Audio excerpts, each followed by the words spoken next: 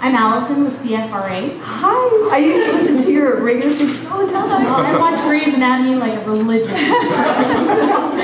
How does it feel to be able to be back here in Ottawa and receive the key to the city? I'm almost deliriously excited right now. I can't even say delirious. It's such an honor, and I'm so happy and proud to be here. But it's also a little like, I don't know, surreal. Even this, I mean, I love this press conference. I am not used to this. But this is so exciting. I feel like, you know what, I always relate things that are like either on movies or TV, and this perhaps is not, but I feel like I'm on the West Wing right now. Like things like this, everything is exciting, and I'm just so happy and honored that you asked me. I guess just as my follow-up, going into another season of Grey's Anatomy, what's up? What's next? Is it over between Christina and Owen? I knew that question is going to come up somewhere. At this point, I'm going to go back to work actually next week. And we're going to start the 10th season of Grey's Anatomy, and who knows what's in store for Owen and Christina. And I don't know at all. I'll know on the first day of our read-through to see what happens to us.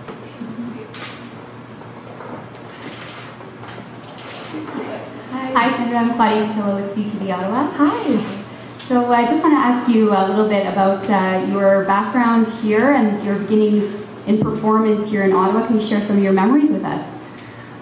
Oh yes, there's a lot. You know, I went to, I started I guess when you think about it, you know, I started acting really young when I started performing in ballet. And I danced and studied at Le Petit Ballet with Anne Carruthers for, I don't know, maybe the age of 4 to 18. And I went to Star Gordon. Oh no, hold on. But you know what, my very first play I did was like in 5th grade. And it was called The Canada Goose. And it was an operetta. And I played the antagonist. I played the Wizard of Woe.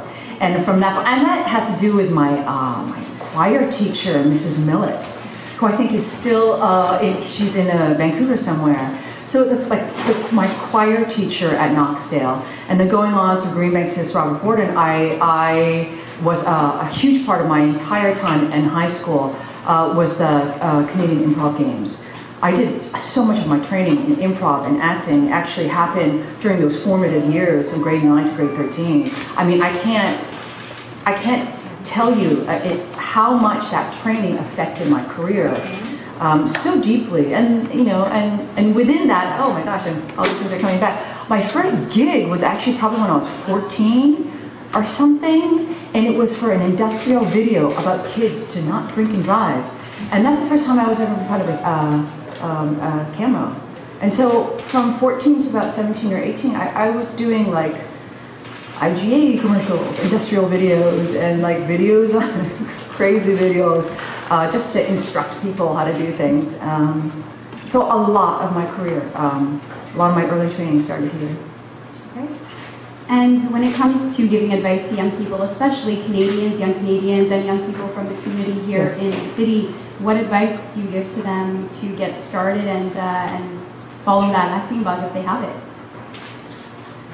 You know, I've always actually given the same advice, and I still hold true to it. And that is, don't do this job, don't come into the industry unless you absolutely have to. It's very difficult. If you're going to be miserable, no matter what. But if you're going to be more miserable not doing it, that is the only time that you should come into this business, because it's difficult. And I'll put in a little addendum now, just because things are different, and we're now in the age of social media, and I feel like for young people, the notion of fame has really, really grown and kind of superseded what I hold to be successful or meritorious. And to not be swayed by the trappings of fame, and not be swayed by of being a celebrity, because it's just a very thin, I don't know what you string to hook yourself onto. It won't support you. But being true and really being passionate but being passionate beyond feeling, being passionate into the realm of need. And that's the only time you should do it, because it's tough. Thank you. Oh, anytime. Hi, Sandra. Hi. Tony LaFaro, Ottawa citizen. Oh, hi. How are you? I'm great. I'm super. Good. What's up? This is one of many awards you've received in the last number of years. And I'm wondering, it's two questions. Your parents have never really been a part of the other awards. Have they attended? And what do they feel? How do they feel about you getting the award in their hometown? And added to that, they, in a way, kind of disapproved of you getting into acting. I'm wondering how they such feel. old news. How you think that they feel about it now? Especially getting the award or the key to the city in your hometown. Well, you're just like trying to get my dad to talk right now, and that is like, he'll just go on. Why not? So your first question is, being my parents, and I will say I have shamelessly brought my parents to almost every single award show I have ever been. One time I thought, someone should make like a reel of like the amount of time that my parents have spent on a red carpet, because there is stuff out there, I swear. So my parents have been a huge part of I guess my awards life, but this is very different. This is so different for them. How so? Because my entire family is here, and the entire community that I grew up with are here. I actually feel emotional just even talking about it. And these are people who have watched me grow up, and these are people who are lifelong and devoted community members and friends of my family. So for me, I don't feel like this time and this moment is a singular or a solitary moment for me. This is much more of an experience I'm sharing with my family. These are friends from Ottawa, or? Oh yeah. Can you single them out who they are? I will try to, because I can't wait to see them. So I'm gonna try and point something out. Yes. Okay. Thank you. Thank you. Hi, it's Sharon from the Ottawa Sun. Hi. Hi. You're just charming as always, that's for sure. What sort of connection do you have to Nepean? Is this a place that you come back to very often? Do you maintain friendships with people here? Yes. Actually, I haven't been back home in quite a few years now, and that just happens to be because the way that our families kind of split up around Canada and the States, the West Coast happens to be a little bit easier because of kids and stuff. So that's why I actually haven't been physically here. But oh my God, the other night, so great. One of my closest friends, she lives here. She actually works at Carleton U. And then a bunch of my other girlfriends, and these are my girlfriends from primary school. And we all went out and we had dinner at the Black Cat. It was fantastic. Everyone's family and parents still live here and around the area, so this happened to be a great time for us to all to get together. So yes, I do. Yeah. And when you were in your bedroom in Nepean thinking about some of your hopes and dreams, how is reality different from those things that you were thinking about? That's such a good question. Hey, Tony.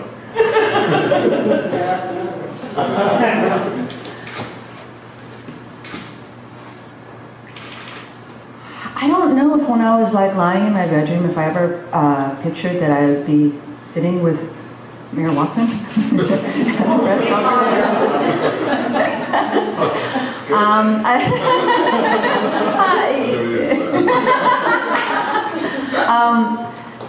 It wasn't actually anything as specific as, oh, I'm going to do something specific.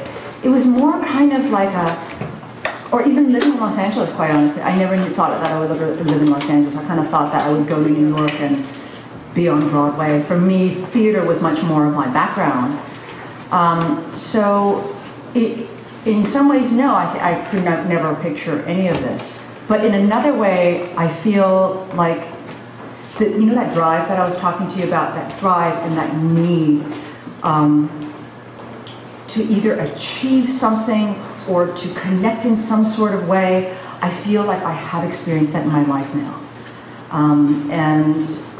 So that feeling that I think that I always was wanting to touch or wanting to come in contact with when I was young in my bedroom, I do feel I have experienced in my life.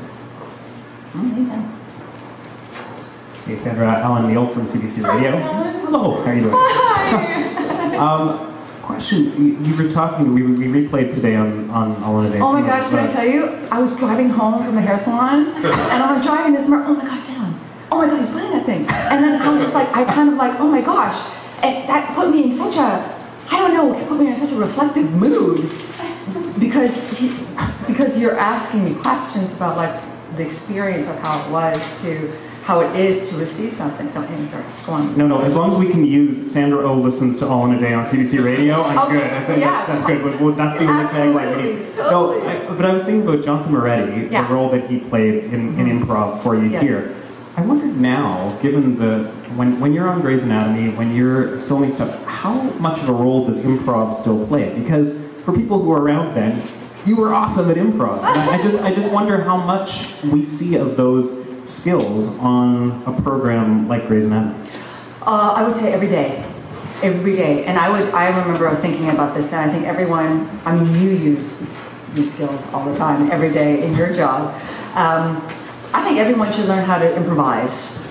And everyone should learn how to box, too. I talked about boxing for a little bit, and I just thought that is an amazing thing. Every woman should know how to box.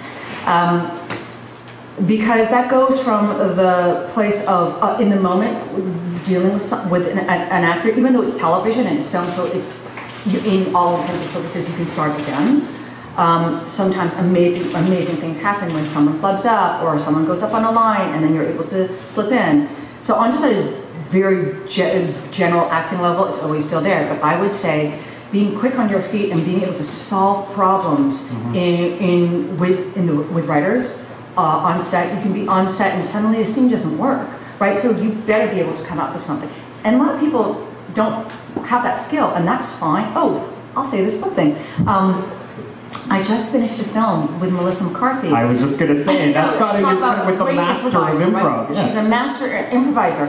And so we were out in North Carolina shooting her film, Tammy, and she co-wrote it with her husband, Ben Falcone, and those two are master improvisers. So much of the film, also with Susan Sarandon and Kathy Bates, we were just improvised. We just improvised, and we would have kind of like, it would be like jazz. We'd have a kind of like an outline of what the scene is, and Kathy and I came into the movie at least a full month and into the shooting of it. So here we are, we're coming in, and everyone is just free fall, improvising. It's just like, so you come in and you better be quick on your feet. So, I mean, going back to your question, when do you use a skill? I used that skill last week, on the Melissa McCarthy movie, yes. Do you still hear the voice of Johnson at all? I remember so much. I remember his striped, his umpire's shirt, and just, his kindness in his face. Yeah. Thanks very much. Yeah. Thank you. Nice to see you again. Hello, Ms. O. Hello. I'm Jessica with CBC. I hope you don't mind me putting you on the spot with your background in improv. CBC is producing a cultural special, and we wanted to know if there's any cultural gem you can share with us about Ottawa. A cultural gem. It could be a statue, public art, festival, anything that kind of speaks to you as an artist. Thank you, Tony. This is bad, I'm taking too long. You know what I'm thinking of, like, is there something secretive that I did when I was in high school that was like such a great little gem of a place that we used to hang out, but maybe I shouldn't even mention those things. Cultural gem, okay, I'm totally gonna be totally super cheesy.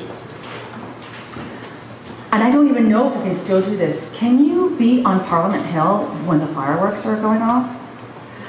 Living now in the States, where accessibility and security is much more stringent, what I love and what I miss about Ottawa is on Canada Day to be kind of like lying under a tree and watching the fireworks on Parliament Hill. And this might be obvious, you kind of touched on it, but why is that important to you? Because it reminds me of my childhood and summertime and the humidity of Ottawa and taking the bus and kind of being like independent and free for the first time and like go getting gelato, which was like a big thing. Being a teenager and that rich time. Thank you very much. Hi, I'm Brian Rogers, Metroland Media. I was just wondering, how has life changed for your family that are still living here in Ottawa? Are they still in the same house in Nepean, watching the show every week? How is it different?